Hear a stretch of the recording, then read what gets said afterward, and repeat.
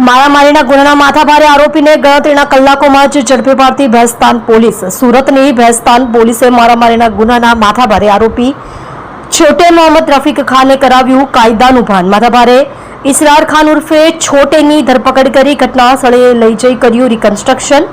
આરોપી દ્વારા ગઈ તારીખ 4/6/2025ના રોજ બપોરના 2 વાગ્યાના અરસામાં ફરિયાદી ગફાર હમીદ શાહ ઉંમર વર્ષ 49 ધંધો વેપાર રહે plot number A303 royal residency સનાબિલ બેકરીની સામે ઓન ભેસ્તાન સુરત શહેરનાઓ તેમના મિત્ર સાથે શાલીમાર ઝુંપડપટ્ટીની સામે બ્રિજ નીચે બેસેલ હતા। તે વખતે ઇસરાર ઉર્ફે છોટે તથા તેનો ભાઈ ઇરશાદ ઉર્ફે બડે તથા એક અજાણ્યો ઈસમ કાળા કલરની થાર ગાડી લઈને ત્યાં આવેલ અને ફરિયાદી સાથે બોલાચાલી કરી ઢીકમુક્કીનો માર મારી અને ગુજરાત છોડી જતો રહે નહીં તો જીવથી મારી નાખવાની ધમકી આપી ગાડી લઈને ચાલ્યા ગયેલ, જેથી ભેસ્તાન પોલીસ સ્ટેશનમાં ગુનો નોંધવામાં આવેલ હતો।